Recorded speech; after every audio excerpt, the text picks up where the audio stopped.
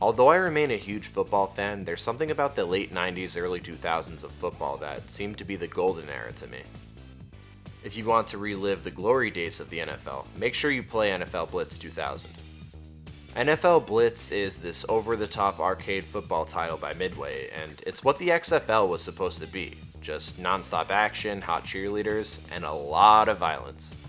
The gameplay speaks for itself as far as the violence is concerned, but a really fun aspect of Blitz is that even after the play is over, you can still beat the crap out of your opponents. It's a blast getting a couple of cheap shots after the play is over. The one-liners from the announcers and players also add on to this over-the-top comedic version of what we like to call football. It's amazing that Midway was able to keep the NFL license as long as it did. In NFL Blitz 2000, there are no running plays, but your roided up QB can scramble pretty well, so I take advantage of that when I'm in the red zone.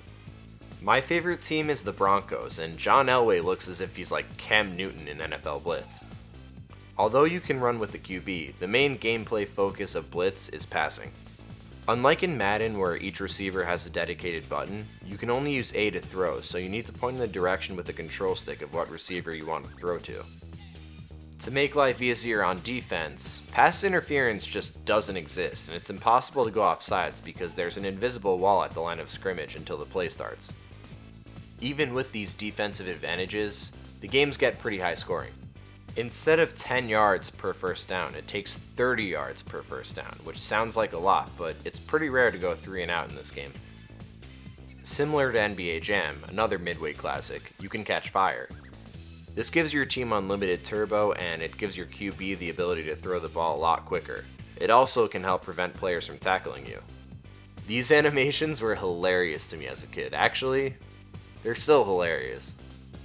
I'm not sure if NFL Blitz was the first football game where you can create your own plays, but that was a really cool feature back in the day that I took advantage of. Unfortunately, if you're a huge football fan with endless amounts of knowledge, that's kind of thrown out of the window here. As far as I'm concerned, strategy doesn't really exist in NFL Blitz. Blitz takes more of a Bobby Boucher philosophy of football, where you try to tackle the quarterback unless he throws it to someone else, in which case you try to tackle that person.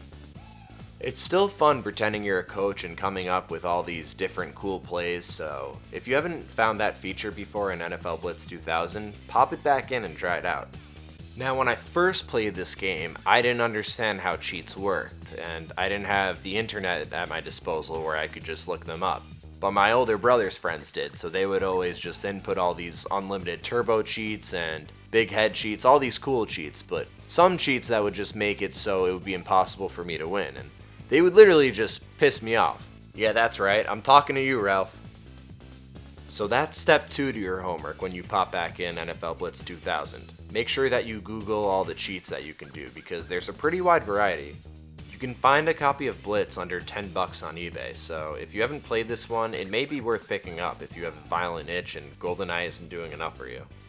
As always, thanks for watching. Continue to tune in every Sunday for more reviews, and if you're liking all these old school sports games, give me some recommendations because I'm happy to do more.